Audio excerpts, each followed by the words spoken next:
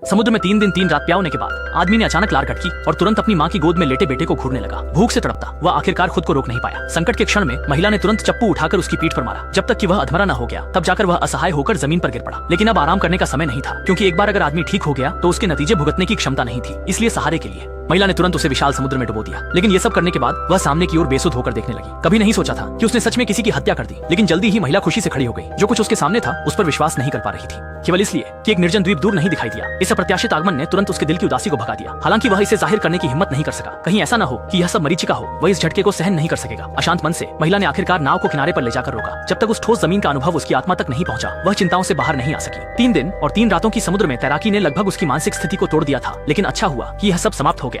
कुछ सोचने का समय न लेते हुए औरत ने धारदार लोहे से एक नारियल खोला। बच्चे को एक घूंट पिलाने के बाद तुरंत मुख से छेद को ढक दिया ताकि पानी की एक बूंद भी व्यर्थ न हो। जब थोड़ी शक्ति वापस आई तो उसने दीर्घकालिक भोजन और पानी के स्रोतों की खोज शुरू की। अच्छा रहा कि द्वीप पर भरपूर संसाधन थे। न केवल असीमित ताजा पानी था बल्कि हर प्रकार के फल मौजूद थे। बिल्कुल चिंता करने की जरूरत नहीं कि 2 बच्चे भूखे रहेंगे। इसके बाद उसने समय का उपयोग करके 3 लोगों के लिए एक घास की झोपड़ी बना दी। हालांकि वे पहले दिन ही आए थे, पर ऐसा लग रहा था जैसे वे यहाँ के जीवन के पूरी तरह से अभ्यस्त हो गए थे। लेकिन दिखने में शांतिपूर्ण द्वीप पर भी खतरे मौजूद थे। इस दिन भाई बहन समुद्र में मछली पकड़ने जाना चाहते थे, पर एक अवांछित मेहमान ने उन्हें एक चट्टान पर रोक दिया। रात तक भी वे वहाँ से नहीं निकल सके। सौभाग्य से लड़के ने एक अच्छा उपाय सोचा। उसने एक तिलैया को चीरा और उसका पेट फाड़कर खून से पूरा शरीर लपेट लिया। फिर उसे जोर से फेंक दिया। केवल एक पल में शार्क खून की गंध से आकर्षित हो गई। इस मौके का फायदा उठाकर दोनों तुरंत समुद्र में कूद गए और पूरा जोर लगाकर हाथ हिलाने लगे। लेकिन एक छोटी मछली उस विशालकाय प्राणी के लिए बिल्कुल भी पर्याप्त नहीं थी और उनकी स्थिति जल्दी ही फिर से उजागर हो गई। क्योंकि लड़की अभी तक पूरी तरह विकसित नहीं हुई थी, वह शार्क के मुंह में जाने ही वाली थी। नाव पर पहले से पहुंचे उसके भाई ने जल्दी से कार्रवाई की और आखिरी सेकंड में उसे खींच लिया, जिससे दोनों बच गए। मगर और भी बुरा यह हुआ कि छोटे द्वीप का मौसम अचानक बदल गया और किसी तैयारी के बिना ही मूसलाधार बारिश शुरू हो गई, जिससे घास का घर भीग गया। पतले कपड़े पहने महिला जल्दी से बाहर छत को ठीक करने चली गई। बारिश के बाद आसमान में चमकते सितारे और समुद्र में लहरें दिखने लगी।